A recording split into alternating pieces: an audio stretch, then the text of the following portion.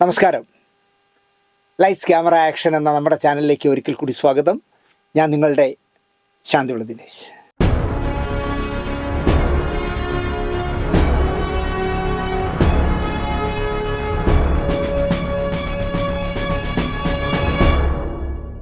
ഇപ്പോൾ മെയ് 23, 24 ആണ്. ഞാൻ ഈ ദിവസങ്ങളൊന്നും ഓർക്കാറില്ല. കാരണം ദിവസം കൊണ്ടൊന്നും യാതൊരു കാര്യം എനിക്കില്ല. തിങ്കളായ എന്ത്, ചൊവ്വായ എന്ത്, 20-ാം തീയതി ആയ എന്ത്, 15-ാം തീയതി ആയ എന്ത്, ദിവസങ്ങളൊന്നും ഓർക്കാറില്ല. എനിക്ക് എന്തെങ്കിലും ആവശ്യം, ഒരു കല്യാണത്തിന് പോകണമെന്നോ എന്തെങ്കിലും ഉള്ള ഇതുണ്ടെങ്കിൽ ഞാൻ പത്രം എടുത്ത് നോക്കും, ഇന്ന് എത്ര തീയതി. അത്ര ഓർമ്മയെ ഇപ്പോൾ എനിക്കുള്ളൂ. അടുത്ത മാസം ജൂൺ 30-ാം തീയതി എറണാകുളത്തെ ഗോകുലം കൺവെൻഷൻ സെൻറ്ററിൽ വെച്ച് മലയാള സിനിമയിലെ നടീനടന്മാരുടെ സംഘടനയായ അമ്മയുടെ ജനറൽ ബോഡിയാണ്. 3 വർഷത്തിലൊരിക്കലാണല്ലോ അമ്മയിലെ ഇലക്ഷൻ. ഇത്തവണ ഇലക്ഷൻ വർഷമാണ്. അടുത്ത 3 വർഷത്തേക്ക് 2024 മുതൽ 2027 വരെ അമ്മ ആര് ഭരിക്കണം എന്ന് തീരുമാനിക്കുന്ന തിരഞ്ഞെടുപ്പ് നടക്കുന്ന ജനറൽ ബോഡിയാണ് ഈ ജൂൺ 30-ാം തീയതി നടക്കാൻ പോകുന്നത്. 2003 മുതൽ സെക്രട്ടറിയായും ജനറൽ സെക്രട്ടറിയായും പ്രസിഡൻ്റായും പ്രവർത്തിക്കുന്ന ആളാണ് ഇപ്പോഴത്തെ പ്രസിഡൻ്റായ മോഹൻലാൽ. 1994 അമ്മ രൂപീകരിക്കുമ്പോൾ എന്താ പറയുക, 3 തവണ മോഹൻലാൽ. 1994 മുതൽ 3 വർഷം, 3 തവണ, 3 ടേം, 9 വർഷം വൈസ് പ്രസിഡൻ്റായിരുന്നു മോഹൻലാൽ. 1997, 2000 കാലഘട്ടത്തിൽ മാത്രമാണ് മോഹൻലാൽ പൂർണ്ണമായിട്ട് എക്സിക്യൂട്ടീവ് കമ്മിറ്റിയിൽ പോലും ഇല്ലാതെ മാറി നിന്ന ഒരേ ഒരു ടേമിലേ അദ്ദേഹം മാറി നിന്നിട്ടുള്ളൂ. 2000 മുതൽ 2024 വരെ ഇടവേള ബാബു ജോയിൻറ്റ് സെക്രട്ടറി ആയിരുന്നു. പിന്നെ സെക്രട്ടറിയായി, പിന്നെ ജനറൽ സെക്രട്ടറിയായി. ഇത്തരം പോസ്റ്റുകളിൽ തുടർച്ചയായി എന്താ പറയുക ജീവിച്ച ഏക ആളാണ് ബാബു എന്ന് പറയുന്നത്. ബാബുവിൻ്റെ 25-ാം വർഷമാണ്. തീർച്ചയായിട്ടും അദ്ദേഹത്തിൻ്റെ പ്രവർത്തന മേഖലയിലെ മികവിൻ്റെ അടയാളം തന്നെയാണ്. കാരണം ജോയിൻറ്റ് സെക്രട്ടറി ആയിട്ട് തുടങ്ങുക, അത് കഴിഞ്ഞ് സെക്രട്ടറി ആവുക, പിന്നെ തുടർച്ചയായിട്ട് ഇന്നസെൻറ്റിനോടൊപ്പം മോഹൻലാലിനോടൊപ്പം ജനറൽ സെക്രട്ടറി ആവുക. ഇത്തവണ ഈ 2021, 2024 പ്രസിഡന്റ് മോഹൻലാലിനും ജനറൽ സെക്രട്ടറി ഇടവേള ബാബുവിനും ട്രഷററായ സിദ്ദിഖിനും ജോയിൻറ്റ് സെക്രട്ടറിയായി എതിരില്ലാതെ തിരഞ്ഞെടുത്ത ജയസൂര്യയ്ക്കും അടക്കം ആർക്കും എതിരില്ലായിരുന്നു. ഈ പറഞ്ഞ 4 പേർക്കും എതിരില്ലായിരുന്നു. മോഹൻലാലും എതിർ സ്ഥാനാർത്ഥിയില്ലാതെ നേരിട്ട് ജയിച്ചു, ഇടവേള ബാബുവും ജയിച്ചു, സിദ്ദിഖും ജയിച്ചു, ജയസൂര്യയും ജയിച്ചു. എന്നാൽ ഔദ്യോഗിക പാനലിൽ വൈസ് ചെയർമാൻ പോസ്റ്റിൽ മത്സരിച്ച ആശാ ശരത്ത്, ഒഫീഷ്യലായിട്ട് മോഹൻലാലും ഇടവേള ബാബു എല്ലാം കൂടെ ഉണ്ടാക്കിയ ഒരു പാനലുണ്ടല്ലോ, ഈ ഭരിക്കുന്നവരുടെ ഒരു പാനൽ എപ്പോഴും ഉണ്ടാകും. ആ പാനലിൽ മത്സരിച്ച ആശാ ശരത്ത് തോൽക്കുകയും ചെയ്തു. റബലായി മത്സരിച്ച മണിയമ്പിള്ള രാജു ജയിക്കുകയും ചെയ്തു.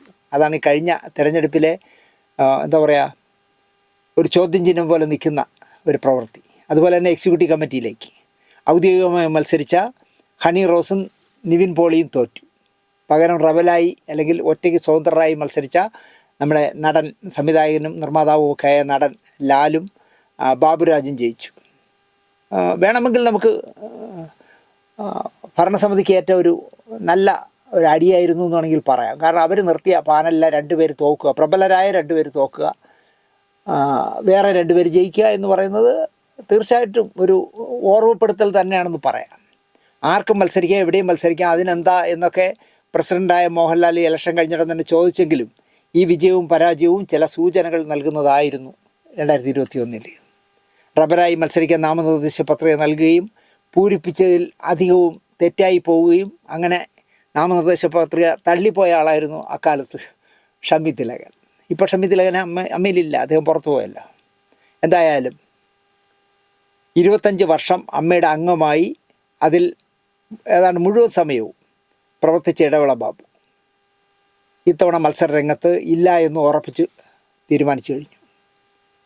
ബാബുവിനെ പോലെയൊക്കെ ഒരാളിനെ കിട്ടാൻ ബുദ്ധിമുട്ടാണ്. ബാബുവായിട്ട് ഞാൻ ഇന്ന് സംസാരിച്ചപ്പോൾ ഞാൻ ബാബുവിൻ്റെ പറഞ്ഞു, ബാബു എനിക്ക് നമ്മളെ ബി ഉണ്ണികൃഷ്ണനുമായിട്ട് ഒരുപാട് അഭിപ്രായ വ്യത്യാസമുണ്ട്, എനിക്കിട്ട് പണിഞ്ഞ അടക്കം. പക്ഷേ ഫെഫ്കയുടെ കാര്യം ആലോചിച്ചാലും അമ്മയുടെ കാര്യം ആലോചിച്ചാലും ഒരു ഇടവേള ബാബുവിന് പകരം ഒരാളോ അവിടെ ഉണ്ണികൃഷ്ണന് പകരം ഒരാളെ കിട്ടാനില്ല. നിങ്ങൾ 2 പേർക്കും എന്താ പറയുക പകരക്കാരില്ല എന്ന് ഞാൻ തുറന്നു പറഞ്ഞു. അത് വെറുതെ സൂചിപ്പിക്കാൻ പറഞ്ഞതല്ല, സത്യം പറയുകയാണ്. ഇപ്പോൾ ബി ഉണ്ണികൃഷ്ണൻ ഇപ്പോൾ തന്നെ ഫെഫ്കയിൽ ഒരു പുതിയ ഈ അടുത്ത സമയത്തൊരു സംഭവം നടന്നു. ഒരു ഡ്രൈവേഴ്സ് യൂണിയനിലെ ഉണ്ണികൃഷ്ണൻ്റെ മനസാക്ഷിയായിരുന്ന ഒരു ചെറുപ്പക്കാരനായിരുന്നു ജനറൽ സെക്രട്ടറി. അവിടെ ഏതോ ഒരു ഡ്രൈവർ ചികിത്സാ ചെലവിനുള്ള ബില്ലുകൾ കൊണ്ട് കൊടുത്തു. അപ്പോൾ ആ ബില്ലുകളിൽ അവർ ചെറിയൊരു എഡിറ്റിംഗ് നടത്തും, ചെറിയ കാര്യങ്ങൾ ആവശ്യമില്ലാതെ ഒരു പേഴ്സണലായിട്ട് ഉപയോഗിച്ച ചില കാര്യങ്ങളുണ്ടെങ്കിൽ അതിനെ കട്ട് ചെയ്തിട്ടേ പൈസ കൊടുക്കും. അങ്ങനെ 2000 രൂപ എന്തോ കുറച്ച് കൊടുത്തപ്പോൾ ആ ബില്ലും കൊണ്ടുവന്ന ആൾ പറഞ്ഞു, അല്ല ഉണ്ണികൃഷ്ണ സാർ പറഞ്ഞു മൊത്തം വച്ചല്ല, ഉണ്ണികൃഷ്ണ സാറല്ലോ തീരുമാനിക്കുന്നത്, ഡ്രൈവേഴ്സ് യൂണിയൻ്റെ കാര്യം ഞാനാ തീരുമാനിക്കണേ എന്ന് ഈ ജനറൽ സെക്രട്ടറി പറഞ്ഞു. അപ്പോൾ സ്വാഭാവികമായിട്ടും 1-ന് 10 ഉണ്ണികൃഷ്ണൻ അറിയിക്കുമല്ലോ. അങ്ങനെ അത് വലിയ ഇഷ്യൂ ആയി വളരുകയും അവസാനം ഉണ്ണികൃഷ്ണനോട് ഈ ഉണ്ണികൃഷ്ണൻ്റെ മനസാക്ഷിയായിരുന്ന ഡ്രൈവേഴ്സ് യൂണിയൻ്റെ ജനറൽ സെക്രട്ടറി പറഞ്ഞു, കൂടുതൽ വർത്താനൊന്നും വേണ്ട, ഞാനിതാ രാജിവെച്ചു എല്ലാത്തിൽ നിന്നും. അദ്ദേഹം ജനറൽ കൗൺസിലിൽ നിന്നും ഡ്രൈവേഴ്സ് യൂണിയൻ്റെ ജനറൽ സെക്രട്ടറി പോസ്റ്റിൽ നിന്നൊക്കെ രാജിവെച്ചു.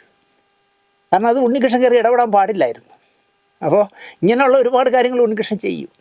എങ്കിൽ പോലും ഉണ്ണികൃഷ്ണന് പകരം ആര് എന്ന് ആലോചിച്ചാൽ സത്യം ഞാനിങ്ങനെ ഫെഫ്കയുമായി ബന്ധപ്പെട്ട ആൾക്കാർ വിളിക്കുമ്പോഴൊക്കെ ഞാൻ ചോദിക്കും, അയാൾ കൊള്ളരുതായ്മകൾ ഒരുപാട് എന്നോടടക്കം കാണിച്ചിട്ടുണ്ട്, പക്ഷേ ഞാൻ ചോദിക്കട്ടെ ഉണ്ണികൃഷ്ണന് പകരം ആര് നിങ്ങൾ പറ. ഞാൻ എന്നിട്ട് കുറേ ചില പേരുകൾ അങ്ങോട്ട് ചോദിക്കും, അയാൾ പറ്റുമോ ഇയാൾ പറ്റുമോ എന്നൊക്കെ. 3 വെള്ളിയാഴ്ച ആകുമ്പോൾ ചളകുളമാവും ഫെഫ്ക. അതുപോലെയാണ് കഴിഞ്ഞ 25 വർഷമായി ഇടവേള ബാബു എന്ന് പറഞ്ഞ ആൾ എന്ത് ചെയ്യുന്നു എന്നുള്ള ആരും അറിയുന്നില്ല എന്നുള്ളതാണ് അമ്മയിൽ. അയാളുടെ ലൈഫ് പോലും കളഞ്ഞിട്ട് ഒന്നാമത് പെണ്ണുമില്ല, പടക്കോഴിയില്ല, കുഞ്ഞുമില്ല, അമ്മയുമില്ല, ആരുമില്ല ബാബുവിന്. അപ്പോൾ ഫുൾ ടൈം അമ്മ എന്ന് പറഞ്ഞ സംഘടനയ്ക്ക് വേണ്ടി നടക്കുന്ന ആളാണ്. സിനിമാക്കാർക്കാണെങ്കിൽ ഇത്രയും പ്രിയപ്പെട്ട ഒരാളില്ല എന്ന് പറയാം. എല്ലാ സംഘടനകളുടെയും പ്രിയപ്പെട്ട ആളാണ് ബാബു. അമ്മയിലെ ഏതൊരംഗത്തോട് നമ്മൾ എന്തെങ്കിലും സംസാരിച്ചാൽ, ഞാൻ ഈ അടുത്ത കാലത്ത് കുമ്പളങ്ങി ബീനിയായിട്ട് സംസാരിക്കുമ്പോഴും ബീനിയും പറയുകയാണ്, ആ ഇടവേള ബാബു ഉള്ളതുകൊണ്ട് എനിക്കൊരു വീട് കിട്ടി, മാധ്യമം പത്രക്കാർ സ്പോൺസർ ചെയ്തെങ്കിൽ എനിക്കൊരു വീട് അയാൾ ശരിയാക്കി തന്നു. ഇത് നടി ശാന്തകുമാരി അടക്കം ആരുടെ ചോദിച്ചാലും ഇത് തന്നെ പറയും. അപ്പോൾ അയാളെ കൊണ്ട് കഴിയുന്ന സഹായങ്ങൾ ചെയ്യുകയും എല്ലാവരുമായിട്ട് വലിപ്പച്ചെറുപ്പമില്ലാതെ പെരുമാറുകയും ചെയ്യുന്ന ആളാണ് ബാബു. അപ്പോൾ ബാബുവിനെ പോലെ ഒരാളിരിക്കുന്ന പോസ്റ്റിൽ പുതിയൊരാൾ വന്ന് ഇനി എന്താണ് അത്ഭുതം കാണിക്കാൻ പോകണമെന്ന് എനിക്കറിയില്ല. ഞാൻ ഒരുപാട് പേരുടെ പേരുകൾ ആലോചിച്ച് നോക്കി. ബാബുവിന് പകരം ഇതുപോലെ ഫുൾ ടൈം അമ്മയുടെ ഓഫീസിലിരിക്കുന്ന ഒരാളെ കിട്ടാൻ ബുദ്ധിമുട്ടായിരിക്കും എന്നാണ് എനിക്ക് തോന്നുന്നത്. അപ്പോൾ 2021-24 കാലഘട്ടത്തിൽ ബാബു മത്സരിക്കുന്നില്ല എന്ന് പറഞ്ഞ് മാറാൻ തീരുമാനിച്ചപ്പോൾ മമ്മൂട്ടി പറഞ്ഞ ഒരു ഡയലോഗുണ്ട്, ബാബു ഇല്ലെങ്കിൽ പിന്നെ അമ്മ പൂട്ടിയിടുന്നതായിരിക്കും നല്ലത് എന്നായിരുന്നു അദ്ദേഹം സംസാരിച്ചത്. അതുകൊണ്ട് തന്നെ ആ വർഷം എന്താ പറയുക, എന്നെ ഒഴിവാക്കണം എന്ന് അദ്ദേഹം പറഞ്ഞിട്ട് പോലും പൊതുയോഗത്തിൽ മമ്മൂട്ടി വികാരഭരിതനായി സംസാരിച്ചതുകൊണ്ടായിരിക്കണം ബാബുവിന് എതിരാളിയില്ലായിരുന്നു, മത്സരിക്കാൻ ആരും തയ്യാറായില്ല. അങ്ങനെ ബാബു 2021-24 കാലഘട്ടത്തിൽ ജനറൽ സെക്രട്ടറി ആയത് എതിരില്ലാതെയാണ്. ഇത്തവണ ഞാനില്ല എന്തായാലും എന്നാണ് ബാബു പറയുന്നത്. എന്നിട്ട് ബാബു പറഞ്ഞു, ദിനേശ് ഞാൻ ഇങ്ങനെ പറയുന്നത് അയ്യോ അച്ഛാ പോവല്ലേ എന്നുള്ള സ്റ്റൈലിലല്ല, ആ അർത്ഥത്തിലല്ല ദിനേശ്, എനിക്ക് അല്പം ഒന്ന് മാറി നിൽക്കണം. 10-25 വർഷം ഒരു സംഘടനയിൽ പ്രവർത്തിച്ചിട്ട് എൻ്റെ സ്വകാര്യങ്ങളെല്ലാം നഷ്ടപ്പെട്ടു പോയി. അയാൾ ചില സിനിമകളുടെ കാര്യമൊക്കെ എന്നെ പറഞ്ഞു. കാരണം ഒരു സിനിമയ്ക്ക് ബാബുവിനെ വിളിച്ച് ബാബു അതുമായിട്ട് സംസാരിച്ചുകൊണ്ടിരിക്കുമ്പോഴായിരിക്കും വനിതയുടെ അമ്മയുമായിട്ട് നടത്തുന്ന റിയാലിറ്റി ഷോയോ അല്ലെങ്കിൽ സ്റ്റേജ് ഷോയോ അല്ലെങ്കിൽ മനോരമയുടെ ഷോയോ എന്തെങ്കിലുമൊക്കെ വന്ന് കയറും. അപ്പോൾ ഒരു 3 മാസം പോയി കിട്ടും. അപ്പോൾ ആ പടത്തിൽ നിന്ന് അയാൾ മാറും. അപ്പോൾ അതുകൊണ്ട് തന്നെ എനിക്ക് കുറച്ച് ദിവസം ഒന്ന് മാറി നിൽക്കണമെന്ന് തോന്നുന്നു ദിനേശ് എന്നാണ് അയാൾ പറയുന്നത്.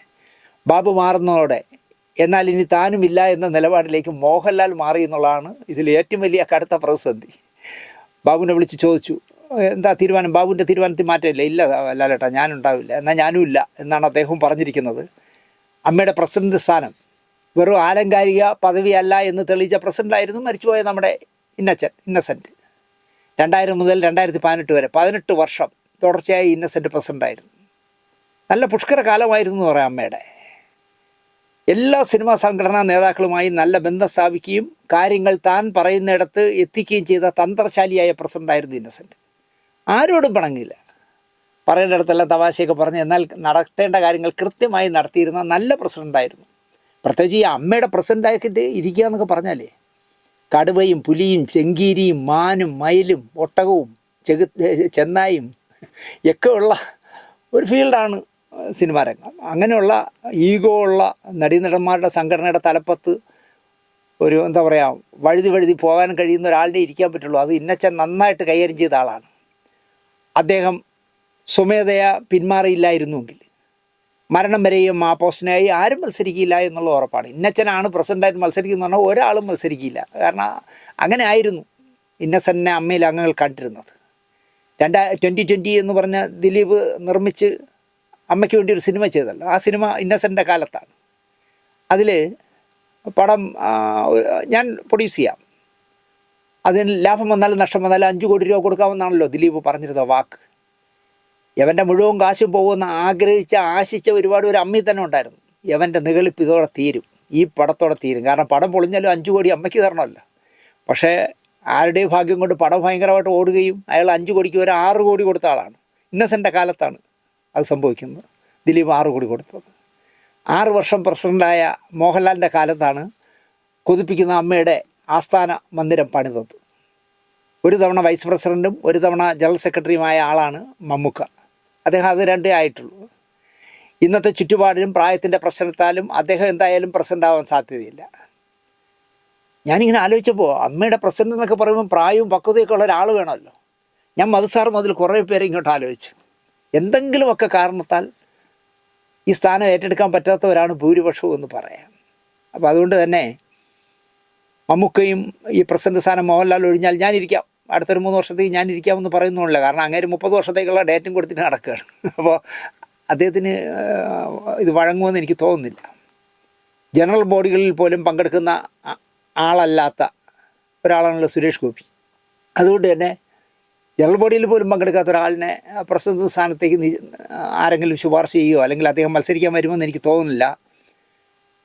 കഴിഞ്ഞ തവണ മോഹൻലാൽ ജയിച്ച് ചെയർമാനായപ്പോൾ, പ്രസിഡൻ്റായപ്പോൾ സുരേഷ് ഗോപി മനസ്സിൽ എന്തെങ്കിലുമൊക്കെ പിണക്കങ്ങളുണ്ടെങ്കിൽ മാറ്റൂ, സുരേഷ് ഗോപി ആക്റ്റീവായിട്ട് അമ്മയോടൊപ്പം ഉണ്ടാവണമെന്നൊക്കെ പറഞ്ഞിട്ട് പോലും സുരേഷ് ഗോപി പോയില്ല.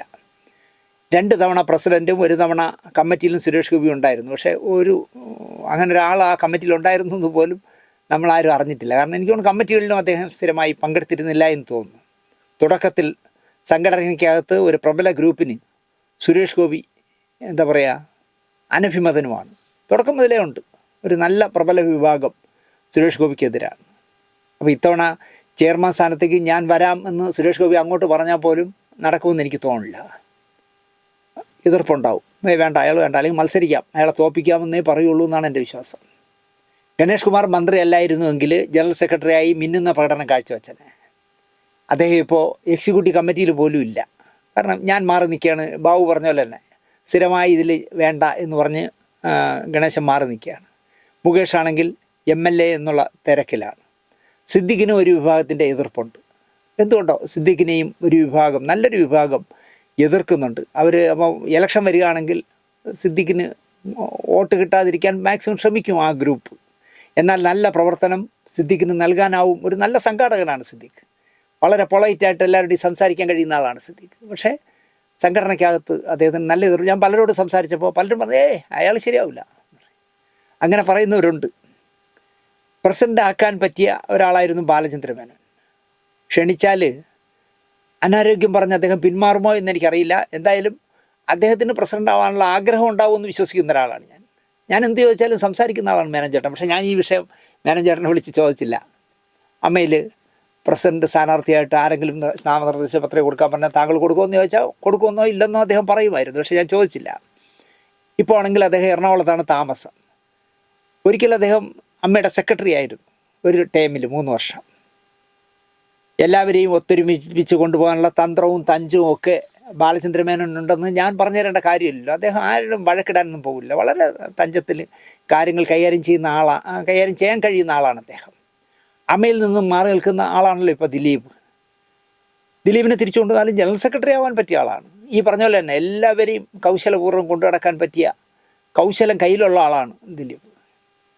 സംഘടനയ്ക്കകത്ത് ദിലീപിന് പിന്തുണയും ലഭിക്കുമെന്നാണ് എൻ്റെ വിശ്വാസം.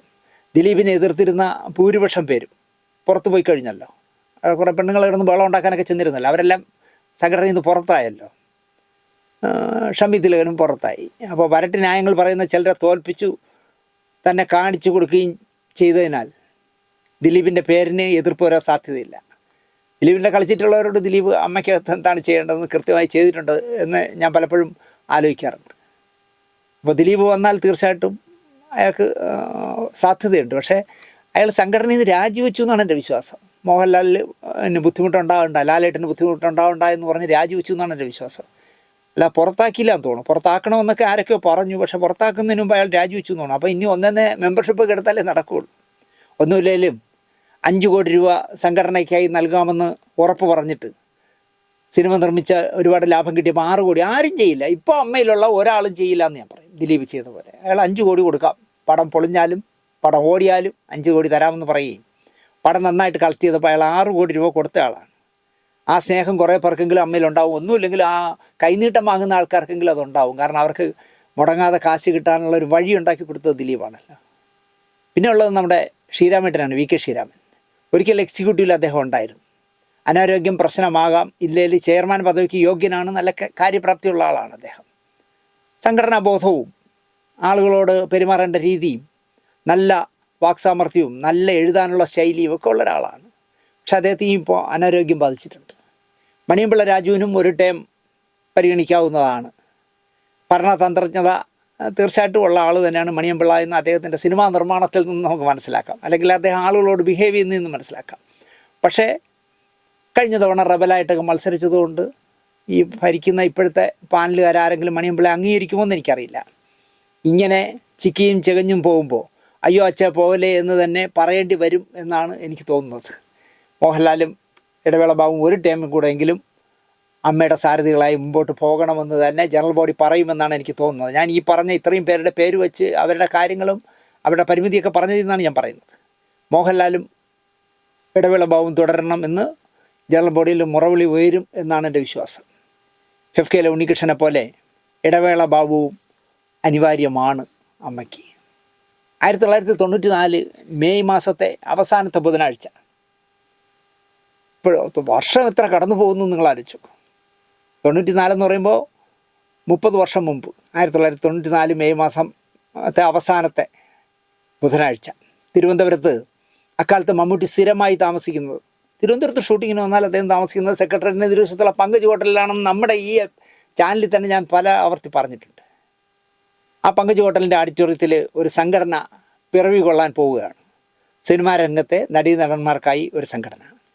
മലയാള സിനിമയ്ക്കായി ആദ്യം രൂപം കൊണ്ടത് മലയാള ചലച്ചിത്ര പരിഷത്തായിരുന്നു മദ്രാസിൽ. നിർമ്മാതാക്കളും ടെക്നീഷ്യന്മാരും അഭിനേതാക്കളും എല്ലാം ചേർന്ന സംഘടനയായിരുന്നു ചലച്ചിത്ര പരിഷത്ത്. അവർക്ക് വലിയ തിയേറ്ററും വലിയ ഓഫീസും ബിൽഡിങ്ങും ഒക്കെ ഉള്ള സമ്പന്നമായ സംഘടനയാണ് ഇപ്പോഴും മലയാള ചലച്ചിത്ര പരിഷത്ത്. എന്തിനു നടത്തുന്നു എന്ന് എനിക്കറിയില്ല. പിന്നെ നടീനടന്മാർക്കായി പ്രേം നസീർ മുൻകൈ എടുത്ത് മാൽക്ക എന്ന് പറഞ്ഞൊരു സംഘടന ഉണ്ടാക്കി. പക്ഷേ അത് എവിടെയോ വെച്ച് പാതി വഴിയിൽ മുടങ്ങിപ്പോയി. കേരളത്തിൽ സിനിമ നിർമ്മാണ വിതരണ പ്രദർശകരുടെ സംഘടനകളും അവയ്ക്കൊരു അപ്പലറ്റ് ബോഡി എന്നുള്ള നിലയ്ക്ക് കേരള ഫിലിം ചേംബർ ഓഫ് കൊമേഴ്സും ഉണ്ട്. താരങ്ങൾ അവരുടെ ഇഷ്ടാനിഷ്ടങ്ങൾ സിനിമാ ചിത്രീകരണ മേഖലയിൽ നടപ്പിലാക്കുന്നു. താരജാടകൾ കാണിക്കുന്നു. സിനിമകൾ താരങ്ങളുടെ കൈപ്പിടികളിൽ ഒതുങ്ങുന്നു എന്നൊക്കെ പരക്കെ ആക്ഷേപം വരികയും സിറ്റി പോലീസ് എന്ന സിനിമയുടെ സെറ്റിൽ നവാഗതനായൊരു സംവിധായകൻ്റെ നിർദ്ദേശങ്ങൾ പാലിക്കാത്ത സുരേഷ് ഗോപിയുടെ ചെയ്തികളിൽ അരിശം പൂണ്ട കല്ലു ഡെന്നീസ് തിരക്കഥാകൃത്തുകൾക്ക് ഒരു സംഘടന ഉണ്ടാക്കാൻ ഇറങ്ങി പുറപ്പെട്ടു. ഡെന്നീസ് ജോസഫിനെ കൂടെ കൂട്ടി. ഇനി ഈ താരങ്ങളുടെ കളിക്ക് നിന്നു കൊടുക്കാൻ പാടില്ല എന്ന് അദ്ദേഹത്തിന് അത്രയും വാശി തോന്നി. കാരണം അത്രയും മോശമായിട്ടാണ് സെറ്റിൽ സുരേഷ് ഗോപി പെരുമാറിയത്. അതിൻ്റെ ചർച്ചകൾ നടക്കുന്നുണ്ടെങ്കിൽ സംവിധായകൻ ജോഷി സാറാണ് പറയുന്നത്, എടാ തിരക്കഥയ്ക്ക് മാത്രമായിട്ട്, തിരക്കഥാകാരന്മാർക്ക് മാത്രമായിട്ട് ഒരു സംഘടന ഉണ്ടാക്കുക, സംവിധായകരോടെ കൂട്ട് എന്ന് പറഞ്ഞു.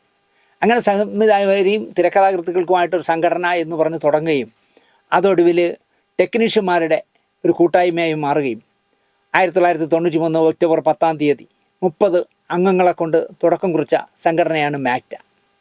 പിന്നെ അത് വിപുലീകരിച്ചു. പിന്നെ 1047 അംഗങ്ങളുള്ള വലിയ സംഘടനയായി, സിനിമാ രംഗത്ത് പ്രബലമായ സംഘടനയായി മാക്റ്റ രൂപം കൊണ്ടു. സിനിമാ രംഗത്ത് മാക്റ്റയ്ക്ക് പെട്ടെന്ന് തന്നെ വേരോട്ടമുണ്ടായി. സർക്കാരും സിനിമാ സംഘടനകളും ഒക്കെ മാക്റ്റയെ അംഗീകൃത സംഘടനയായി കണ്ടു. സംഗീത സംഗമം എന്ന വലിയൊരു പരിപാടി എറണാകുളത്ത് മാക്റ്റയുടെ നേതൃത്വത്തിൽ നടത്തിയത് ചരിത്ര സംഭവമായി മാറി. വലിയ വിജയമായിരുന്നു സംഗീത സംഗമം. അതിനു മുമ്പോ അതിന് ശേഷമോ അത്തരം ഒരു സംഗീത നിശ നടത്തുവാൻ മറ്റാർക്കും കഴിയാതെ പോകും വിധം വലിയ വിജയമായി. അമേരിക്കയിൽ നിന്നും ഈ സംഗീത സംഗമത്തിൽ പാടാൻ വരാനാകില്ല എന്നറിയിച്ച യേശുദാസ് വന്നില്ലെങ്കിൽ ഒരു ചുക്ക് സംഭവിക്കില്ല. അയാൾ ഇനി ഒരു സിനിമയിലും പാടണ്ട എന്ന നിലപാടെടുക്കണമെന്ന് ഈ അടുത്ത കാലത്ത് മരിച്ചുപോയ ആൻ്റണി ഈസ്റ്റ്മാൻ കമ്മിറ്റിയിൽ ഭയങ്കര ഉച്ചത്തിൽ സംസാരിച്ചു ഈ വിഷയത്തെക്കുറിച്ച്. അയാളെ പോകാൻ പറ. അയാളില്ലെങ്കിലും മലയാള സിനിമയിലെ സംഗീത സംഗമം, മാക്റ്റയുടെ സംഗീത സംഗമം നടക്കും. പക്ഷേ മാക്റ്റ അംഗങ്ങൾ സംവിധാനം ചെയ്യുന്ന ഒരൊറ്റ സിനിമയിൽ ഇനി ഇയാളെ കൊണ്ട് പാടിക്കരുത് എന്ന് പറഞ്ഞ് ഭയങ്കര ബഹളം ഉണ്ടാക്കി. ആരും മറുപടി പറഞ്ഞില്ല. പക്ഷേ ആൻ്റണി എസ്റ്റ്മാൻ ഭയങ്കര ഉച്ചത്തിൽ അന്ന് ബഹളം ഉണ്ടാക്കി. അതൊരു വലിയ വാർത്തയായി മാറി. ഒരക്ഷരം പറയാതെ യേശുദാസ് അമേരിക്കയിൽ നിന്ന് സംഗീത സംഗമത്തിൽ പാടി. അപ്പോൾ മനസ്സിലായില്ലേ മാക്ട എന്ന് പറഞ്ഞ സംഘടനയ്ക്ക് എത്ര ശക്തി ഉണ്ടായിരുന്നു അക്കാലത്തൊന്നും. യേശുദാസ് എന്ന ഗായകനെ ശ്രദ്ധേയനാക്കിയ സാക്ഷാൽ ദേവരാജ മാഷ് തിരുവനന്തപുരത്ത് സംഗീത രംഗത്ത് ദുരിതം അനുഭവിക്കുന്ന കലാകാരന്മാർക്ക് സാമ്പത്തികമായി സഹായിക്കാൻ മലയാള ചലച്ചിത്ര സംഗീതത്തിൻ്റെ 50 വർഷം ആചരിക്കാൻ നടത്തിയ 5 ദിവസത്തെ പ്രോഗ്രാമിനെ പോലും ചളകുളമാക്കിയ യേശുദാസ് അദ്ദേഹം ചളകുളമായി കളഞ്ഞു. കാരണം ആദ്യം അദ്ദേഹം ഒരു ഡേറ്റ് മാറ്റി, പെട്ടെന്ന് എനിക്ക് ഈ ഡേറ്റിൽ വരാൻ കഴിയില്ല എന്ന് പറഞ്ഞപ്പം മൊത്തം കുളമായി. അങ്ങനെ ദേവരാജ മാഷ് പക്ഷാഘാതം വന്ന് ആശുപത്രിയിലായി. ചികിത്സ കഴിഞ്ഞ് പുറത്തിറങ്ങി രണ്ടാമതൊരു ഡേറ്റ് ഉണ്ടാക്കി. പ്രോഗ്രാം നടത്താൻ അല്പ ദിവസം തൊള്ളപ്പോൾ വിളിച്ചു പറയുന്നു, എൻ്റെ കാസറ്റ് റൈറ്റ് തരംഗണിക്ക് തന്നില്ല എങ്കിൽ എനിക്ക് പാടാൻ പറ്റില്ല എന്ന് പറഞ്ഞു. ദേവരാജ മാഷിനോടാണ് പറയുന്നത്, നിങ്ങൾ ആലോചിച്ച് നോക്കൂ. അങ്ങനെ ജോണി സാഗരിക്ക് കൊടുക്കാനിരുന്ന കാസറ്റ് തരംഗണിക്ക് കൊടുത്തു. തരംഗണി 15 ലക്ഷം രൂപ എന്തോ കൊടുക്കാമെന്ന് പറഞ്ഞു. അപ്പോൾ എനിക്ക് തോന്നുന്നു ജോണി സാഗരിക 25 ലക്ഷം എന്തോ പറഞ്ഞിരുന്ന പ്രോഗ്രാമായിരുന്നു. പക്ഷേ 15 ലക്ഷം രൂപ എനിക്ക് തരാൻ പറ്റുള്ളൂ മാഷേ എന്ന് പറഞ്ഞപ്പം അതും ദേവരാജ മാഷ് നിഷേധിച്ചില്ല. കാരണം ഇയാളൊന്ന് പാടിയില്ലെങ്കിൽ ആ സംഗീത സംഗമം കുളമാവും. എന്നിട്ട് മാസങ്ങളും വർഷങ്ങളും കഴിഞ്ഞിട്ട് ദേവരാജ മാഷിനെ പോയി കണ്ട് എനിക്ക് ആ 15 ലക്ഷത്തിന് വാങ്ങിച്ച പ്രോഗ്രാം എനിക്ക് മുതലായില്ല, അതുകൊണ്ട് പറഞ്ഞ തുക തരാൻ കഴിയില്ല എന്ന് പറഞ്ഞെന്തോ ഒരു ചെറിയ തുക കൊടുത്തു, ചെക്ക്. ദേവരാജ മാഷിനെ വീട്ടിൽ കൊണ്ടുവന്ന് കൊടുത്തു. മാഷ് ചെക്ക് വാങ്ങി വെച്ച് കാര്യങ്ങളൊക്കെ സംസാരിച്ച് യേശുദാസ് പോകാൻ നേരത്ത്, ദാസപ്പാ എന്തായാലും നിനക്ക് നഷ്ടമൊന്നുമല്ലേ പറഞ്ഞു, ഇതുകൂടെ എടുത്തോ എന്ന് പറഞ്ഞാൽ ആ കവറെടുത്ത് തിരിച്ചു കൊടുത്തു. ഒരു മടിയില്ലാതെ യേശുദാസ് അത് മാറ്റിടങ്ങ് പോയി. അങ്ങനെ ആ സംഗീത സംഗമം കുളമാക്കി. അത് സഫാരി ചാനലിലോ എവിടെയോ രാജേന്ദ്രബാബു നമ്മുടെ ലളിത ചേച്ചിയുടെ ജ്യേഷ്ഠൻ പറഞ്ഞിട്ടുണ്ട്, നിങ്ങൾ കണ്ടു നോക്കൂ. അങ്ങനെ ദേവരാജൻ മാഷിനോട് പോലും അവകാശവാദങ്ങൾ ഉന്നയിച്ച, അല്ലെങ്കിൽ ഇങ്ങനെയൊക്കെ ആണെങ്കിൽ ഞാൻ പാടൂ എന്ന് വാശി പിടിച്ച യേശുദാസ് മാക്ടയുടെ ശക്തി എത്രയുണ്ടെന്ന് മനസ്സിലാക്കിക്കൊണ്ട് എന്താ പറയുക, ഒരു നിബന്ധനയുമില്ലാതെ ഒന്ന് പാടുകയും അത് സിനിമാ സമൂഹത്തിന് മുഴുവൻ മനസ്സിലാവുകയും ചെയ്തു. മാക്ട എന്ന് പറഞ്ഞാൽ നട്ടലുറപ്പുള്ളവന്മാരുടെ സംഘടനയാണ് എന്ന് ആ സംഗീത സംഗമം കൊണ്ട് തെളിയിച്ചു. സിമ്പിൾ ബഷീറിൻ്റെ ഒരുപാട് സിനിമകൾ ചെയ്ത പ്രൊഡ്യൂസറാണല്ലോ സിമ്പിൾ ബഷീർ. അദ്ദേഹത്തിൻ്റെ ഷൂട്ട് സെറ്റിൽ ബഷീറിൻ്റെ മനസാക്ഷിയായ പ്രൊഡക്ഷൻ കൺട്രോളർ നടൻ സിദ്ദിഖിനെ തല്ലിയത് അക്കാലത്താണ്. നമുക്ക് ഒരു സംഘടനയുടെ ആവശ്യകത നടീനടന്മാർക്ക് ബോധ്യമായ കാലമായിരുന്നു. അങ്ങനെയാണ് പങ്കജ് ഹോട്ടലിൽ അവർ ഒത്തുകൂടിയത്. കാരണം ഇനി നമ്മളൊരു സംഘടന ഉണ്ടാക്കിയില്ലെങ്കിൽ നമുക്ക് നിലനിൽക്കാൻ കഴിയില്ല എന്നുള്ളൊരവസ്ഥ വരുന്നു എന്ന് അവർക്ക് ബോധ്യമായി. പങ്കജിലെ സ്ഥിരം താമസക്കാരൻ ആയതിനാലാകണം ഹാളിലേക്ക് ആദ്യം കടന്നു വന്നത്, ആ പങ്കജിലെ ഓഡിറ്റോറിയത്തിലേക്ക് ആദ്യം കടന്നു വന്നത് മമ്മൂട്ടിയായിരുന്നു. വേണമെങ്കിൽ ഐശ്വര്യമുള്ള കാലെടുത്ത് വെച്ചു എന്ന് വേണമെങ്കിൽ പറയാം. കാരണം അമ്മ അതോടെ വളർന്നല്ലോ. രാത്രി 7:45 ആലോചനാ യോഗം ആരംഭിച്ചു. 10:45 വരെ യോഗം നീണ്ടു പോയി. മമ്മൂട്ടി, മോഹൻലാൽ, ബാലചന്ദ്രൻ മേനോൻ, നെടുമുടി വേണു, തെക്കുറിശി, മധുസാറ്, Lalu Alex, Bharath Gopi, Ganesan, V K Sreeraman, Karamana Janardanan Nair, Bheeman Raghu, Poojappura Ravi, Saikumar, Venu Nagavally, Mahesh, Jagannathan, Kollam Thulasi, Raghavan, Shivaji, Aliyar, Poojappura Radhakrishnan, Azeez, TP. Madhavan തുടങ്ങി ഒരു വലിയ ഗ്രൂപ്പ് ആദ്യത്തെ ഈ ആലോചന യോഗത്തിൽ പങ്കെടുത്തു. ഇതിൽ രസകരമായ കാര്യം എന്താണെന്ന് ചോദിച്ചാൽ, ഈ ആലോചന യോഗത്തിൽ പങ്കെടുത്ത ഏക പെൺതിരിയെ ഉണ്ടായിരുന്നുള്ളൂ, അത് നടി ശോഭനയായിരുന്നു. മലയാള സിനിമയിലെ താരനിര, സുഹൃത്തുക്കളെ പോലെ ബന്ധുക്കളെ പോലെ കൂടിയ ഈ യോഗത്തിൽ സംഘടനയ്ക്ക് ഒരു പേരിനായി തപ്പി എല്ലാവരും. ഈ ആലോചന യോഗം നമ്മുടെ മമ്മൂട്ടി നയിക്കുമെന്ന് മധുസാർ നിർദ്ദേശിച്ചു. മമ്മൂട്ടി അത് സ്വീകരിച്ചു. കേൾവിക്കാരോടൊപ്പമായിരുന്നു മോഹൻലാലിൻ്റെ ഇരിപ്പ്. കുറഞ്ഞത് 5 സിനിമകളിലെങ്കിലും അഭിനയിച്ചിരിക്കണം, 10,000 രൂപയെങ്കിലും പ്രതിഫലം വാങ്ങിയിരിക്കണം, അങ്ങനെയുള്ളവർക്കെല്ലാം അമ്മയിൽ അംഗത്വം കൊടുക്കാമെന്ന് ആദ്യമായിട്ട് മമ്മൂട്ടി നിർദ്ദേശം വെച്ചു. അപ്പോൾ മോഹൻലാൽ പറഞ്ഞു, അപ്രധാനമായ വേഷങ്ങൾ ചെയ്യുന്നവരെയും കൂടി സംഘടനയിൽ അംഗമാക്കണമെന്ന് മോഹൻലാൽ നിർദ്ദേശിച്ചു. പൂജപ്പരി രവി അതിനെ പിന്താങ്ങി. 10,000 എന്നത് 5,000 ആക്കണമെന്ന് സ്വതവേ പിശുക്കനായ തെക്കുറിശിമാവൻ പറഞ്ഞു. നിർദ്ദേശങ്ങൾ കൂടി വന്നപ്പോൾ നമ്മളിപ്പോൾ തീരുമാനിക്കേണ്ട, ഭരണസമിതി നിലവിൽ വരുമ്പോൾ അവർ തീരുമാനിക്കട്ടെ എന്നായി മമ്മൂട്ടി. ശരി, ഇനി ഒരു പേരിടൽ കർമ്മമാകാം എന്നായി. മലയാളത്തിലായിരിക്കണം നമ്മുടെ സംഘടനയുടെ പേര് എന്ന് മമ്മൂട്ടി തറപ്പിച്ച് പറഞ്ഞു. അത് നമ്മുടെ സംസ്കാരത്തിൻ്റെ ഭാഗമാണ്, അതിനെ നമ്മൾ മാനിക്കണം. അതുകൊണ്ട് നമ്മുടെ സംഘടനയ്ക്ക് ഇപ്പോൾ മാക്ട എന്ന് കിട്ടതുപോലെ, അല്ലെങ്കിൽ പ്രൊഡ്യൂസേഴ്സ് അസോസിയേഷൻ എന്ന് കിട്ടതുപോലെ, ഫിലിം ചേംബർ എന്ന് കിട്ടതുപോലെ അല്ല, അമ്മയ്ക്ക് മലയാളിത്വമുള്ള പേര് വേണമെന്ന് മമ്മൂട്ടിയാണ് നിർദ്ദേശിക്കുന്നത്. ഒരുപാട് പേർക്ക് പേരിട്ട തെക്കുറിശി തങ്ങളുടെ സംഘടനയ്ക്കൊരു പേര് പറഞ്ഞില്ല. അതെന്താണെന്ന് അറിയണ്ട. അതേക്കുറിച്ച് ഒരുപാട് നസീർ സാറടക്കം ഒരുപാട് പേർക്ക് പേരിട്ടാണല്ലോ. കുഞ്ചനടക്കം, കുതിരവട്ടം പപ്പുവിനടക്കം ഒരുപാട് പേർക്ക് ഇട്ടാണല്ലോ. പക്ഷെ അദ്ദേഹം എന്തുകൊണ്ടോ സിനിമാ താരങ്ങളുടെ സംഘടനയ്ക്ക് പേര് നിർദ്ദേശിച്ചില്ല. നാട്യസംഘം എന്ന് ഇട്ടാലോ എന്ന് ആദ്യം ആലോചന വന്നു. നാട്യം എന്ന വാക്കിന് തമിഴ് ചുവയുണ്ടടേ എന്നായിത്തെക്കുറിച്ച്. മമ്മൂട്ടിക്ക് പക്ഷേ നാട്യം ഇഷ്ടമായി. ശ്രീരാമനും ലാലു അലക്സും അതിനെ പിന്താങ്ങി. അഭിനയ എന്നായാലോ എന്ന് മോഹൻലാലിനോട് മമ്മൂട്ടി തിരക്കി. ചലച്ചിത്ര യോഗം എന്നിടാമെന്ന് കരമന ജനാർദ്ദനൻ നായർ പറഞ്ഞു. അഭിനയും ചലച്ചിത്രയും ഒക്കെ വേറെ ഉണ്ട് എന്നുള്ളത് കൊണ്ട് അത് വേണ്ട എന്ന് വെച്ചു. നടനസഭ എന്ന് നെടുപടി വേണു പറഞ്ഞു. ഭൂരിപക്ഷത്തിനും അത് യോജിപ്പ് ഉണ്ടായില്ല. എല്ലാ പേർക്കും ഇഷ്ടമാകുന്നൊരു പേര് നെടുപടി തന്നെ കണ്ടെത്തട്ടെ എന്ന മമ്മൂട്ടിയുടെ അഭിപ്രായത്തോടെ പേരിടൽ കർമ്മം മാറ്റിവെച്ചു. മമ്മൂട്ടി, മോഹൻലാൽ, ഗണേശൻ, മധുസാറ്, വേണുനാഗവള്ളി, കരമന, MG സോമൻ, സുകുമാരൻ, ശോഭന, ഉർവശി, തിലകൻ, സായ്കുമാർ, നരേന്ദ്രപ്രസാദ്, ഇന്നസെൻ്റ്, ജഗദീഷ് ശ്രീകുമാർ, മുകേഷ്, ജയറാം, മണിയമ്പിള്ള രാജു, സിദ്ദിഖ്, ജഗദീഷ് എന്നിവർ അടങ്ങിയ 21 അംഗങ്ങളുള്ള ഒരു കമ്മിറ്റിയെ, താൽക്കാലിക കമ്മിറ്റിയെ രൂപീകരിച്ചു.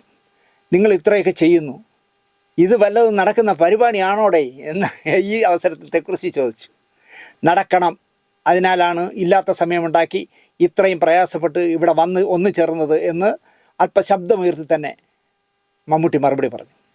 ഒത്തുചേർന്നാൽ മാത്രം പോരല്ലോ, പ്രവർത്തിക്കാനൊരു ഓഫീസും നിയന്ത്രിക്കാനൊരു മുഴുവൻ സമയ പ്രവർത്തനം വേണ്ടേ എന്ന ചോദ്യം മോഹൻലാൽ ഉയർത്തി. നമ്മൾ നടീനടന്മാർ തിരക്കുള്ളവരാണ്, അതുകൊണ്ട് നമുക്കൊരു പ്രതിനിധി വേണം.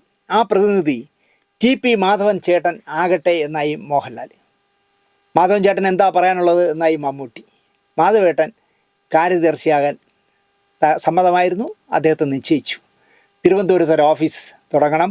മാധവേട്ടൻ്റെ ഫോൺ സംഘടനയുടെ ഫോൺ നമ്പറായി തൽക്കാലത്തേക്ക് ഉപയോഗിക്കാം എന്നും തീരുമാനിച്ചു. ഇവിടെ പറയേണ്ടതല്ലെങ്കിൽ രസകരമായൊരു കാര്യം പറയാം. തിരുവനന്തപുരത്ത് തെക്കേട്ടാണ് ഓഫീസ് തുടങ്ങിയത്. ഇപ്പോഴും അതിൽ പോകുമ്പോൾ ഞാൻ ആ കെട്ടിടത്തിലേക്ക് നോക്കും. അവിടെ ഒരു പെൻഷൻ പറ്റി വന്നൊരു പട്ടാളക്കാരനെ എന്തോ ഓഫീസിലെ സെക്രട്ടറിയേറ്റ് എടുത്തു. നമ്മൾ എന്തെങ്കിലും കാര്യം അറിയാനായിട്ട് അവിടെ വിളിച്ചാൽ അദ്ദേഹം ഫോൺ എടുത്തണം പറയും, ഹലോ അമ്മയുടെ ഓഫീസ്, അങ്ങനെ പറയൂ. ഇത് കേൾക്കാൻ വേണ്ടി ഞാൻ ഒരുപാട് പ്രാവശ്യം വിളിച്ചിട്ടുണ്ട്. ഇതിന് ഞാൻ ഫോണും കെട്ടികളയും. ഹലോ അമ്മയുടെ ഓഫീസ് എന്നേ പറയുള്ളൂ ആ പട്ടാളക്കാരൻ. 1994 ജൂൺ 25 സിനിമാ നടീനടന്മാരുടെ സംഘടന നിലവിൽ വന്നു. നടൻ മുരളി നിർദ്ദേശിച്ച മനോഹരമായ പേര് സംഘടനയ്ക്കിട്ടു, അമ്മ. Association of Malayalam movie artist എന്നുള്ളതിൻ്റെ ചുരുക്കപ്പേരാണ് അമ്മ. ജൂൺ 25 രാവിലെ പങ്കജ് ഹോട്ടലിൽ കൂടിയ താരസംഗമത്തിൽ അമ്മ എന്ന പേര് ഔദ്യോഗികമായി പ്രഖ്യാപിച്ചു. ഞാൻ ഒരു കാര്യം പറയാൻ വിട്ടു. സംഘടനയുടെ നിയമാവലി തയ്യാറാക്കാനും സംഘടന രജിസ്റ്റർ ചെയ്യാനുമായി ഒരു അഡ്വോക്ക് കമ്മിറ്റി രൂപീകരിച്ചിരുന്നു. ആദ്യ യോഗത്തിൽ തന്നെ TP Madhavan convener, Venu Nagavally, Karamana Janardanan Nair, MG Soman, KB Ganesh Kumar ഇത്രയും പേരായിരുന്നു അതിലെ അംഗങ്ങൾ. TP മാധവൻ ഒരുപാട് കാലം അമ്മയുടെ സെക്രട്ടറിയായി സേവനമനുഷ്ഠിച്ചു. അതുകൊണ്ടാണ് ഞാൻ ഇടയ്ക്കിടയ്ക്ക് മാധവേട്ടനെ പറ്റി പറയുമ്പോൾ എനിക്ക് പ്രയാസം വരുന്നത്. കാരണം അമ്മക്കാരെങ്കിലും അദ്ദേഹത്തെ തിരിഞ്ഞു നോക്കണമായിരുന്നു. എത്ര കാലം അമ്മയുടെ ജനറൽ സെക്രട്ടറിയായിട്ട് ആ സ്ഥാപനം കൊണ്ടു നടന്ന ആളാണ്. എല്ലാവരോടും നന്നായിട്ട് ബിഹേവ് ചെയ്ത ആളാണ്. അദ്ദേഹം ഒരു എന്താ പറയുക, അനാരോഗ്യവനായി ബോധം നശിച്ച് പത്തനാപുരം ഗാന്ധിഭവനിൽ കിടക്കുമ്പോൾ അമ്മയിൽ ഉള്ള ആൾക്കാരെങ്കിലും ആത്മാർത്ഥമുള്ളവർ പോയി കാണണമെന്ന പക്ഷക്കാരനാണ് ഞാൻ. വേറൊരാളിനെ പറ്റി ഞാൻ പലപ്പോഴും പറഞ്ഞതുകൊണ്ട് ഇനി പറയുന്നത് ശരിയല്ല എന്നുകൊണ്ട് ഇന്നലും പറയുന്നു. അദ്ദേഹത്തിൻ്റെ ഏറ്റവും വലിയ ആഗ്രഹമായിരുന്നു ലാലുമോനെ ഒന്ന് കാണണമെന്ന്, മോഹൻലാലിനെ കാണണമെന്ന്. എന്തുകൊണ്ടാണ് മോഹൻലാൽ ഒരു വാശി പോലെ ഈ അടുത്ത കാലത്തും അദ്ദേഹം പത്തനാപുരത്ത് എലവന്തിട്ടയിൽ അദ്ദേഹത്തിൻ്റെ കുടുംബ വീട്ടിൽ വന്നിരുന്നു എന്ന് പറയുന്നു. പക്ഷേ ഗാന്ധിഭവനിൽ കയറാനുള്ള മനസ്സ് അദ്ദേഹം കാണിച്ചില്ല. അത് അദ്ദേഹത്തിൻ്റെ പേഴ്സണൽ കാര്യമാണ്, നമുക്ക് വിടാം. അമ്മയുടെ ആദ്യ പ്രസിഡൻറ്റ് MG സോമനായിരുന്നു. 1994 മുതൽ 1997 വരെ വൈസ് പ്രസിഡന്റുമാരായി മമ്മൂട്ടി, മോഹൻലാലും ഉണ്ടായിരുന്നു. TP മാധവനായിരുന്നു സെക്രട്ടറി. വേണുനാഗവള്ളി ജോയിൻറ്റ് സെക്രട്ടറിയായി. ജഗദീഷ് ആയിരുന്നു ട്രഷറർ. സുകുമാരി, ഇന്നസെൻ്റ്, ബാലചന്ദ്ര മേനോൻ, ഗണേഷ് കുമാർ, മധു, മണിയമ്പിള്ള രാജു, മുരളി, നെടുപടി വേണു, ശ്രീനിവാസൻ, സുരേഷ് ഗോപി, കൊച്ചിൻ അനീഫ എന്നിവരായിരുന്നു ആദ്യത്തെ കമ്മിറ്റിയിലുണ്ടായിരുന്നവർ. 1997 മുതൽ 2000 വരെ മധുസാറായിരുന്നു പ്രസിഡന്റ്. സുരേഷ് ഗോപിയും രാജംബി ദേവും വൈസ് പ്രസിഡന്റായി. ബാലചന്ദ്ര മേനോനും രാഘവനുമായിരുന്നു സെക്രട്ടറിമാർ. ജഗദീഷ് ശിവകുമാറും സുചിത്രയും ജോയിൻറ്റ് സെക്രട്ടറിമാരായി. ഗണേശനായിരുന്നു ട്രഷറർ. കൽപ്പന, ദേവൻ, KPS ലളിത, മാമുക്കോയ, മനോജ് K. ജയൻ, മുകേഷ്, മണിയമ്പിള്ള രാജു, വിജയരാഘവൻ എന്നിവരായിരുന്നു കമ്മിറ്റിയിൽ. 2023 ഇന്നസെൻ്റ് പ്രസിഡൻ്റായി ആദ്യമായിട്ട് ചാർജ് എടുക്കുന്നത്. മോഹൻലാലും സുരേഷ് ഗോപിയുമായിരുന്നു വൈസ് പ്രസിഡന്റുമാർ. മമ്മൂട്ടിയായിരുന്നു ജനറൽ സെക്രട്ടറി. TP മാധവനും സുചിത്രയും ഇടവേള ബാബുവും ജോയിൻറ്റ് സെക്രട്ടറിമാരായി. ജഗദീഷായിരുന്നു അത്തവണയും ട്രഷറർ. ജയറാമു, മുകേഷ്, ശ്രീനിവാസൻ, നെടുമുടി വേണു, ക്യാപ്റ്റൻ രാജു, മണിയമ്പിള്ള രാജു, ഗണേശ്, സിദ്ദിഖ്, അശോകൻ തുടങ്ങി കുറേ പേര്, അത്രയും പേര് അതിലുണ്ടായിരുന്നു. അങ്ങനെ ഓരോ വർഷവും ഇന്നസെൻ്റ് മുമ്പോട്ട് പോയി ഇന്നസെൻറ്റിന് മതിയായി, എങ്ങനെയെങ്കിലും എന്നെ ഒഴിവാക്കിയാൽ മതി എന്നൊരവസ്ഥയെത്തി. അദ്ദേഹം 2018 വരെ അദ്ദേഹം ചെയർമാൻ പോസ്റ്റിലിരുന്നു, പ്രസിഡൻ്റ് പോസ്റ്റിലിരുന്നു. 2015, 2018 കാലഘട്ടത്തിൽ മോഹൻലാലും ഗണേഷ് കുമാറുമായിരുന്നു വൈസ് പ്രസിഡന്റുമാർ. ഇടവേള ബാബു സെക്രട്ടറി, മമ്മൂട്ടി ജനറൽ സെക്രട്ടറിയായി. അങ്ങനെ അത് കഴിഞ്ഞ് 2018 ആയപ്പോഴാണ് മോഹൻലാൽ പ്രസിഡൻ്റായി വരുന്നത്. ഗണേശനും മുകേഷും വൈസ് പ്രസിഡന്റുമാരായി. ഇടവേള ബാബു ജനറൽ സെക്രട്ടറിയായി ഉയർന്നു. സിദ്ദിഖ് സെക്രട്ടറിയായി. ജഗദീഷ് ട്രഷററായി. അത് ഇങ്ങനെ 24-ലും അങ്ങനെ എത്തി നിൽക്കുന്നു. നേരത്തെ പറഞ്ഞതുപോലെ മത്സരം വരുന്ന കഥയൊക്കെ ഞാൻ പറഞ്ഞല്ലോ. മത്സരം ഔദ്യോഗിക പാനലിനെതിരെ മത്സരിച്ച ബാബുരാജും ലാലും ജയിക്കുകയും ഹണി റോസും നവീൻ പോളിയും തോൽക്കുകയും അതുപോലെ തന്നെ ആശാ ശരത്തിനെ തോൽപ്പിച്ചുകൊണ്ട് മണിയമ്പിള്ള രാജു വൈസ് പ്രസിഡൻ്റ് ആവുകയൊക്കെ ചെയ്തതാണല്ലോ. അപ്പോൾ ഈ കാര്യങ്ങളെല്ലാം മനസ്സിൽ വെച്ചുകൊണ്ട് ഞാൻ ഇന്ന് രാവിലെ ഇടവേള ബാബുവിനെ വിളിച്ചു. എന്നെ വളരെ ഇഷ്ടമുള്ള ഒരാളാണ് ബാബു. ദിനേശ് ഭായി പറയും എന്തുണ്ട് വിശേഷം? ഞാൻ പറഞ്ഞല്ല, നിങ്ങളും മോഹൻലാലും മാറുന്നു, ജൂൺ 30-ാം തീയതി ഇലക്ഷൻ വരുന്നു, വീണ്ടും തലവേദനയാവും എന്നൊക്കെ പറഞ്ഞ് വാർത്തകൾ വരുന്നു, ശരിയാണോ എന്ന് ചോദിച്ചു. കുറേ നേരം ഞാൻ ബാബുവായിട്ട് സംസാരിച്ചു. അപ്പോൾ ബാബു പറയുന്നത്, രാവിലെ 8 മണി അല്ലെങ്കിൽ ഒരു 8:30 മണിയാകുമ്പോൾ ഞാൻ ഓഫീസിലെത്തും ദിനേശ്. ഞാൻ തിരിച്ച് മടങ്ങുന്നത് രാത്രി 7-8 മണിയാകുമ്പോഴാണ്. എൻ്റെ അമ്മ മരിച്ചു, വിവാഹം കഴിച്ചിട്ടില്ല, വീട്ടിലൊരു കാര്യവും എനിക്ക് നോക്കാൻ പറ്റുന്നില്ല. തൃശ്ശൂർ ഇരിഞ്ഞാലക്കുടക്കാരനാണല്ലോ ബാബു. തന്നെ തേടി വരുന്ന നല്ല അവസരങ്ങൾ പലതും എനിക്ക് സ്വീകരിക്കാൻ പറ്റുന്നില്ല ദിനേശേ. ഒന്നുകിലും മീറ്റിങ്ങുകൾ അല്ലെങ്കിൽ ഗൾഫ് ഷോകൾ ഒക്കെയായി അവർ ചോദിക്കുന്ന ദിവസങ്ങൾ ഇടവേള ബാബു ഫ്രീ ആയിരിക്കില്ല. ഇപ്പോൾ തന്നെ ഫഹദ് ഫാസിലിൻ്റെ പുതിയ പടത്തിനായി വിളിച്ചു, പോകാൻ പറ്റുന്നില്ല. കാരണം ജനറൽ ബോഡി വരികയല്ലേ, ജനറൽ സെക്രട്ടറി എന്നുള്ള നിലയ്ക്ക് മാറി നിൽക്കാൻ പറ്റില്ല. അതുകൊണ്ട് ഫഹദ് ഫാസിലിൻ്റെ പടം വേണ്ടാന്ന് വെച്ചു. നമുക്ക് വേണ്ടിയും ജീവിക്കണ്ടേ ബായ് എന്നാണ് ഇടവേള ബാബു എന്നോട് ചോദിച്ചത്. തൽക്കാലം ജനറൽ സെക്രട്ടറിയായി തുടരാം എന്ന് ജനറൽ ബോഡിയിൽ പറഞ്ഞിട്ട് ഇടയ്ക്ക് രാജിവെച്ച് പോകാം, അതിനൊന്നും ഞാൻ തയ്യാറല്ല. ഞാനൊരിക്കലും അങ്ങനെ സംഘടനയ്ക്കെതിരെ ചെയ്യില്ല. ഇപ്പം മത്സരിക്കാം എന്ന് പറഞ്ഞ് നിന്നിട്ട് ജയിക്കുകയും ചെയ്യും.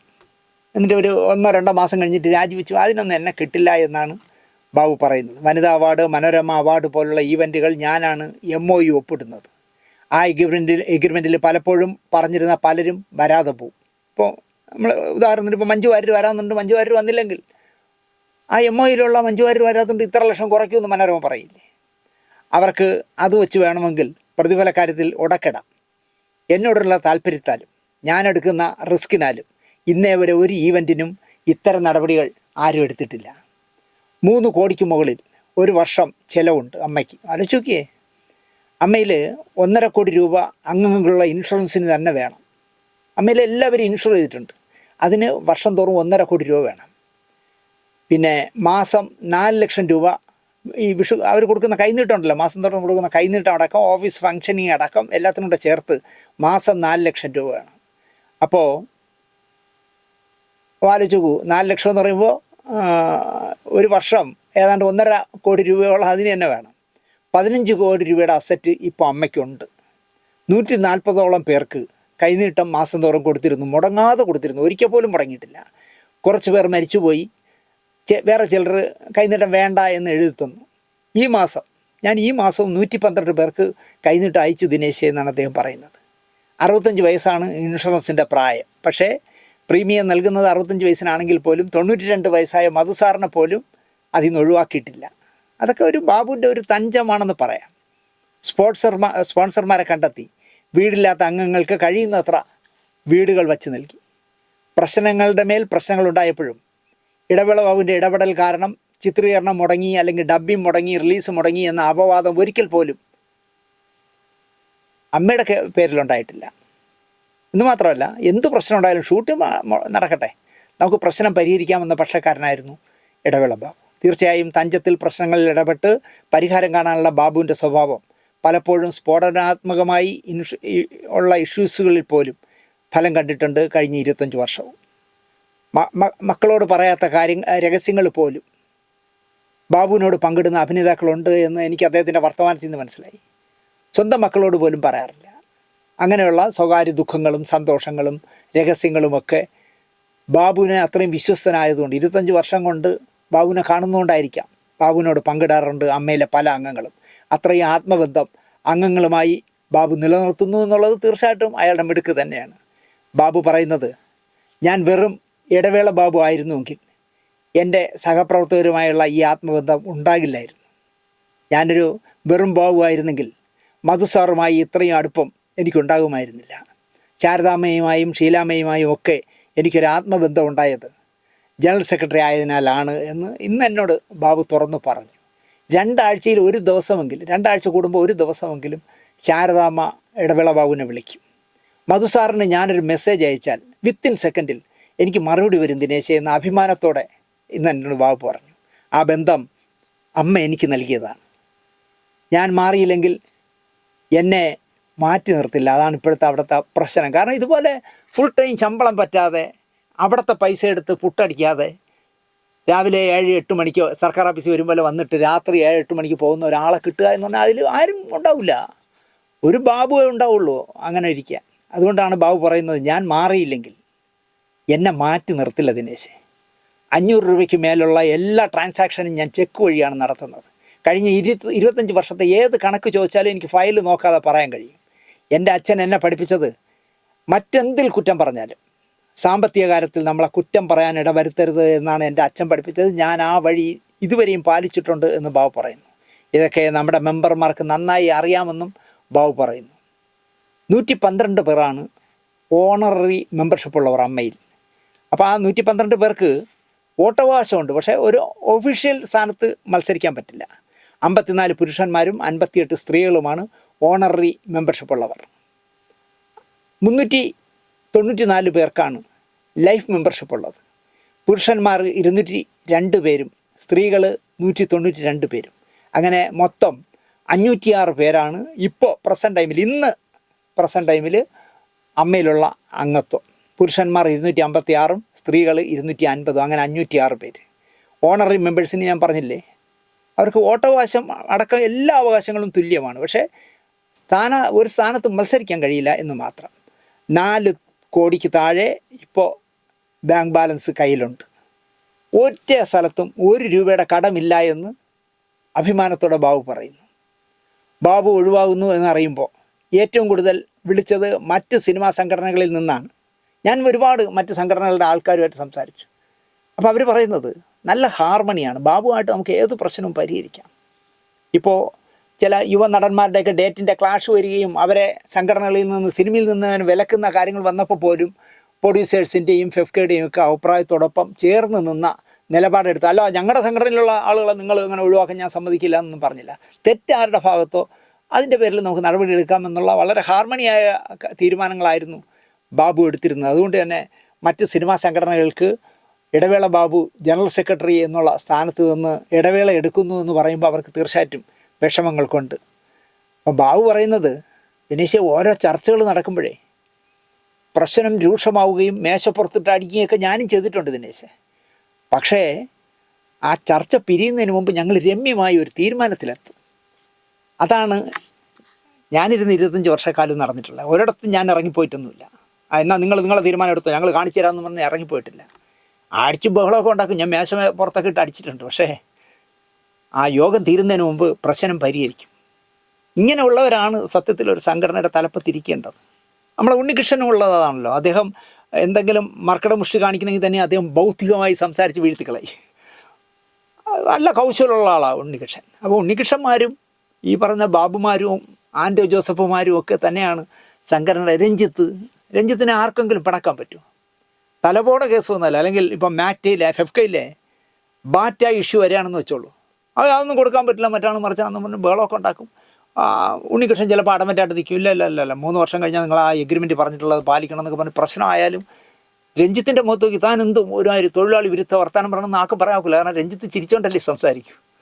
ഇങ്ങനെയുള്ളവർക്ക് തന്നെയാണ് സംഘടന കൊണ്ടുപോകേണ്ടവർ. അതിൽ എന്ത് വന്നാലും മുൻപന്തിയിൽ നിൽക്കുന്ന ആൾ തന്നെയാണ് ഇടവേള ബാബു. ഒപ്പം പാറയ്ക്ക് കാറ്റ് പിടിച്ച പോലെ മോഹൻലാലിനെ ഈ WCCയിൽ നിന്ന് ചർച്ചയ്ക്ക് ചെയ്യുന്ന നടിമാരൊക്കെ വിളിച്ച അനാവശ്യങ്ങൾ നിങ്ങൾക്കറിയാമല്ലോ. എന്തെല്ലാം അദ്ദേഹത്തിൻ്റെ കൂടെ നായികയായിട്ട് അഭിനയിച്ചവർ വരെ അദ്ദേഹത്തിന് മോശമായ ഭാഷകളിൽ എന്തെല്ലാം പറഞ്ഞു. പക്ഷേ അദ്ദേഹം കാറ്റ് പിടിച്ച പാറ പോലെ ഇരുന്ന, അല്ലാതെ അല്ലെങ്കിൽ വായിലെ കുന്നിലപ്പനെ പോലെ ഒരു ചിരിയിൽ ഒതുക്കിക്കളഞ്ഞ ആളാണ്. സംഘടനയ്ക്ക് സത്യത്തിൽ അങ്ങനെയുള്ളവരാണ് ആവശ്യം. അല്ലാതെ മമ്മൂക്കയെ പോലെ എടുത്തടിച്ച പോലെ മറുപടി പറയുന്ന ഒരാളുകളല്ല ആവശ്യം. പക്ഷേ ഇടവേള ബാബു പോവുകയാണെങ്കിൽ ഞാനും ഇല്ല എന്ന് മോഹൻലാലും തീരുമാനമെടുത്തിരിക്കുന്നതുകൊണ്ട് ജൂൺ 30 ഗോകുലം കൺവെൻഷൻ സെൻറ്ററിൽ നടക്കുന്ന ജനറൽ ബോഡിയിൽ എന്താവും കാര്യങ്ങളെന്ന് അറിയില്ല.